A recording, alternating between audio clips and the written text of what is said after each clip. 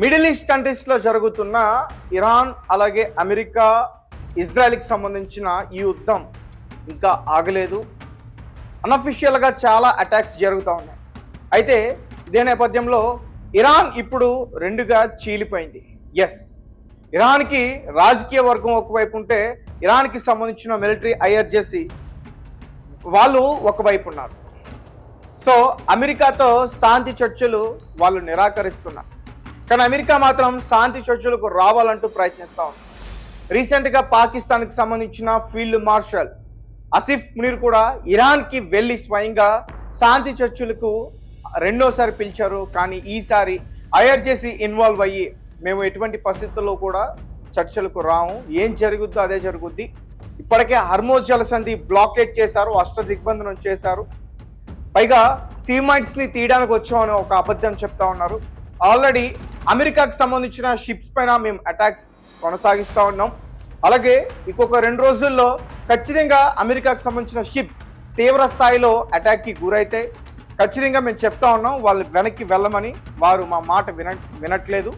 So ballistic మిసైల్స్తో మేము ఖచ్చితంగా attack చేసే ప్రయత్నం చేస్తామంటూ కూడా ఐఆర్జేసీకి సంబంధించిన జనరల్ అహ్మద్ వాహిద్ రీసెంట్గా ఒక ప్రకటన అయితే తెలియజేశారు. అయితే ఈ ఇరాన్కి అమెరికాకి సంబంధించిన ఈ యుద్ధానికి సంబంధించి సీజ్ ఫైర్ అనౌన్స్ చేశారు. 11 రోజులు రేపటితో ఎండ్ అవుతుంది. 21కి అది ఎండ్ అవబోతుంది. సో ఇది ఆఖరి రోజు. అమెరికా ప్రయత్నాలు చేస్తున్నా కానీ ఇరాన్ మాత్రం నిరాకరిస్తాం. సో మరికొన్ని గంటల్లో ఏదన్నా జరగచ్చు. మిడిల్ ఈస్ట్ కంట్రీస్లో జరుగుతున్న ఈ వార్ ఖచ్చితంగా తీవ్ర స్థాయిలో ఉండబోతుందని అంతర్జాతీయకు సంబంధించిన నిపుణులు చెప్తా ఉన్నారు. ఒక పక్క ఐఆర్జేసీ కీలక ప్రకటనలు చేస్తూ ఉంది. ఇరాన్కి సంబంధించిన సుప్రీం లీడర్స్ కావచ్చు, అసెంబ్లీ ఆఫ్ ఎక్స్పర్ట్స్ నాయకులు కావచ్చు, వాళ్ళు శాంతి చర్చలకు ప్రయత్నిస్తున్నా కానీ ఇరాన్కి సంబంధించిన ఐఆర్జీసీ అయితే మాత్రం యుద్ధాన్ని కోరుకుంటుంది. ఎందుకంటే ఒక పక్క ఇరాన్లో చాలామంది సివిలియన్స్ చనిపోయారు. ఇరాన్కి సంబంధించిన ఇన్ఫ్రాస్ట్రక్చర్ పూర్తి స్థాయిలో డ్యామేజ్ అయింది. ఐఆర్జీసీకి సంబంధించిన ఎయిర్ బేసెస్ కావచ్చు, మిలిటరీ బేసెస్ కావచ్చు, ఇవన్నీ కూడా పూర్తిగా అటాక్ అయ్యాయి. సో వాళ్ళు ఎప్పటి నుంచో కూడా ప్రతిదాడులు చేయాలని ప్రయత్నిస్తూ ఉన్నారు, చేశారు. కొన్ని నాటిని ఆల్రెడీ ధ్వంసం చేశారు. కానీ పూర్తి స్థాయిలో అయితే మాత్రం పైచేయి సాధించలేదు, ఎదుర్కొన్నారని చెప్పాలి. ఇప్పుడు ప్రపంచ వేదికగా ఇరాన్ అమెరికా చేస్తున్న దాడుల్ని గట్టిగానే ఎదుర్కొంది, బలంగానే ఎదుర్కొంది. అలాగే అమెరికాని కొంతవరకు డ్యామేజ్ చేయగలిగింది. ఎగ్జాంపుల్ చెప్పాలంటే దుబాయ్ కావచ్చు, బహ్రెయిన్ కావచ్చు, సౌదీ అరేబియా కావచ్చు, ఇటువంటి ప్రాంతాల్లో అమెరికాకు సంబంధించిన ఏదైతే ఉన్నాయో రాడార్ వ్యవస్థలు కావచ్చు, ఎయిర్ బేసెస్ కావచ్చు, మిలిటరీ బేసెస్ కావచ్చు, వాటిని ధ్వంసం చేయగలిగింది కేవలం కొన్ని డ్రోన్స్తో. సో దాదాపు ఈ యుద్ధం 2 నెలల నుంచి జరుగుతూ ఉంది. ఈ యుద్ధానికైతే ఫుల్ స్టాప్ రావట్లేదు. అయితే ప్రపంచ దేశాలు ప్రయత్నిస్తున్నప్పటికీ ఇరాన్ అయితే మాత్రం నిరాకరిస్తున్నట్టు తెలుస్తోంది. ఎందుకంటే దీనికి అమెరికా పెడుతున్న కండిషన్స్ ఇరాన్కి అనుకూలంగా లేవు. అలాగే ఇరాన్ పెడుతున్న కండిషన్స్ కూడా అమెరికా ఒప్పుకునే స్థితిలో కూడా లేదు. ఒకసారి మనం క్లియర్గా చూద్దాం. శాంతి చర్చల ద్వారా ఉద్రిక్తలను తగ్గించాలని ప్రయత్నిస్తున్న మితవాద నేతలను ఐఆర్జేసీ పక్కన పెట్టినట్లు తెలుస్తుంది. అంటే ఎవరైతే ఇరాన్లో కీలకంగా ఉన్నారో నాయకులు రీసెంట్గా కొంతమంది వెళ్ళారు. అందులో ఇరాన్కి సంబంధించిన ఫారిన్ మినిస్టర్ అబ్బాస్ అరాక్చి కావచ్చు, ఇంకా కొంతమంది ఎక్స్పర్ట్స్ ఉన్నారు, వాళ్ళు కూడా వెళ్ళారు. కానీ ఆ శాంతి చర్చలు అయితే ఒక కొలిక్కి రాలేదు. అలాగే కండిషన్స్ని కూడా అమెరికా ఒప్పుకునే స్థాయిలో లేదు.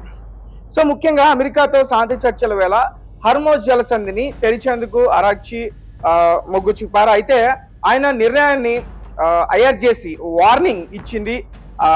ముఖ్యంగా ఆయన పాలన వ్యవహారాల నుంచి పక్కకు తప్పించినట్లు తెలుస్తుంది. అలాగే ఇరాన్ వాటర్ రేవులపై అమెరికా విధిస్తున్న దిగ్బంధనాన్ని ఎదుర్కోవాలంటే హర్మోజ్ జలసంధిని మూసి ఉంచడమే ఏకైక మార్గమని ఐఆర్జేసీ బలంగా నమ్ముతుంది. ఫస్ట్ నుంచి కూడా ఐఆర్జేసీ దాన్ని క్లోజ్ చేసే ప్రపంచ స్థాయిగా అన్ని దేశాలపైన ప్రెజర్ తీసుకురావాలనే ప్రయత్నం చేసింది. అంటే ప్రపంచ వాణిజ్యానికి అదొక హాట్ లాంటిదని చెప్పొచ్చు హర్మోజ్ జలసంధి, స్ట్రైట్ ఆఫ్ హర్మోజ్.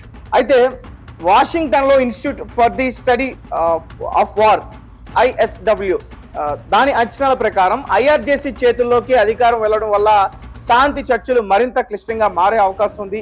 అలాగే న్యూయార్క్ పోస్ట్ నివేదిక ప్రకారం ప్రస్తుతం సుప్రీం నేషనల్ సెక్యూరిటీ కౌన్సిల్ కార్యదర్శిగా పనిచేస్తున్న ఐఆర్జేసీ మాజీ సభ్యుడు మహమ్మద్ బగేరే చోల్గర్ మద్దతు వహదికి ఉంది. ఇటీవల యుద్ధంలో సాంప్రదాయ నావిక దళ నష్టాల తర్వాత వేగవంతమైన దాడి పడవలను ఎక్కువగా ఉపయోగిస్తున్నట్టు కీలకమైన సముద్ర మార్గంలో ఈ పొత్తు వాహిది ప్రభావాన్ని మరింత బలపరుస్తుంది.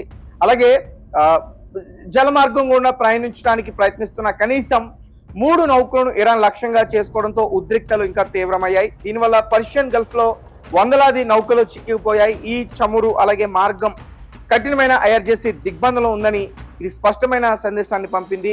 అయితే వాహిది జోల్గజర్ భాగస్వామ్యం ప్రత్యక్ష దౌత్యపరంగా ప్రభావాన్ని కూడా చూపించింది. ఈ నెల ప్రారంభంలో ఐఆర్జేసీ సుప్రీం లీడర్ మోజ్తబా ఖమేనీ ఆదేశాలను పాటించేలా చూసేందుకు జోల్గజర్ ను ఇరాన్ సంప్రదింపుల బృందంలో చేర్చారు.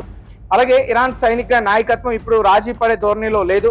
అమెరికా ఒత్తిడికి తలొగ్గడం కంటే ప్రపంచ ఇంధన సరఫరాను ఆపేయడమే లక్ష్యంగా వారు హర్ముజ్ ని మూసి ఉంచాలని భావిస్తూ ఉన్నారు. ఇరాన్ నాయకత్వంలో వచ్చిన ఈ మార్పులు మిడిల్ ఈస్ట్ కంట్రీస్ లో యుద్ధ మేఘాలను మరింత ఇంకా తీవ్రం చేస్తున్నాయి.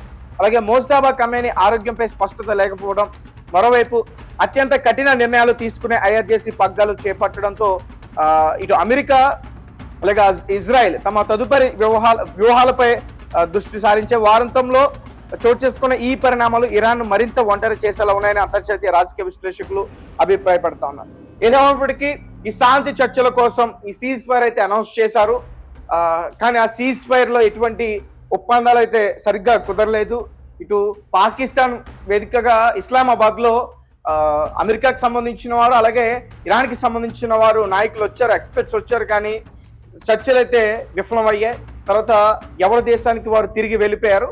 ఇప్పుడు తాజాగా అష్ట దిగ్బంధనం చేసిన అమెరికా వాడలను ఐఆర్జేసీ ఆల్రెడీ అటాక్ చేసే ప్రయత్నం చేస్తుంది.